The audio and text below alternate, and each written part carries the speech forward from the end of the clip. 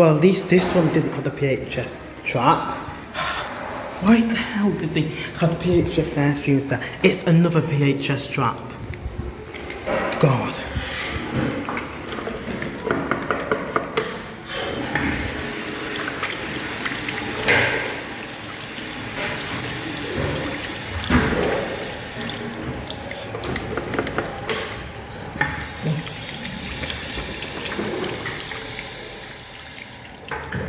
At least these survived.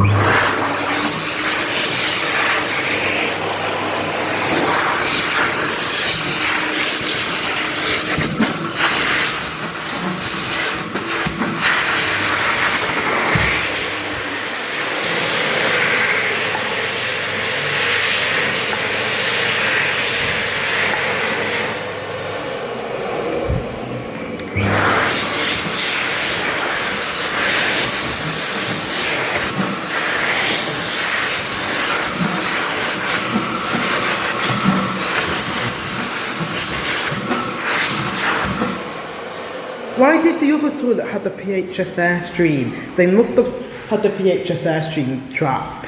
Oh no. This is another IKEA that they have PHS Airstreams now.